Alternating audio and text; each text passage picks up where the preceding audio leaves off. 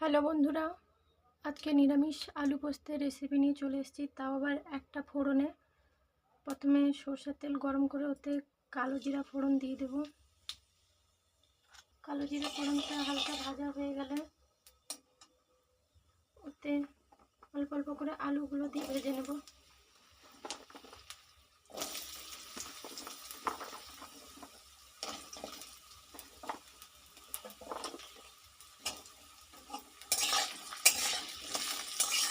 আলুগুলো সামান্য ভাজা হয়ে গেলে কেটে রাখা ঝিঙ্গেগুলো দিয়ে দেব আলুতে।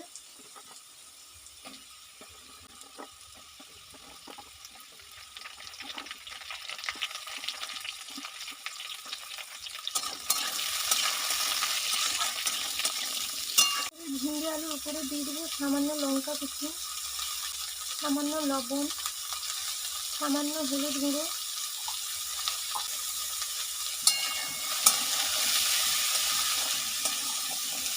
এবার দিয়ে দেবো আগে থেকে বেটে রাখা পোস্ত, চালমগজ আর কিছুটা বাদাম।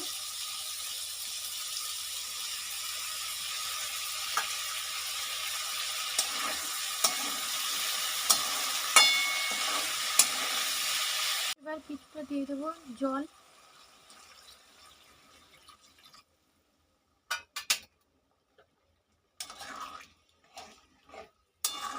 নামানোর আগে সামান্য চিনি দিয়ে দেবো।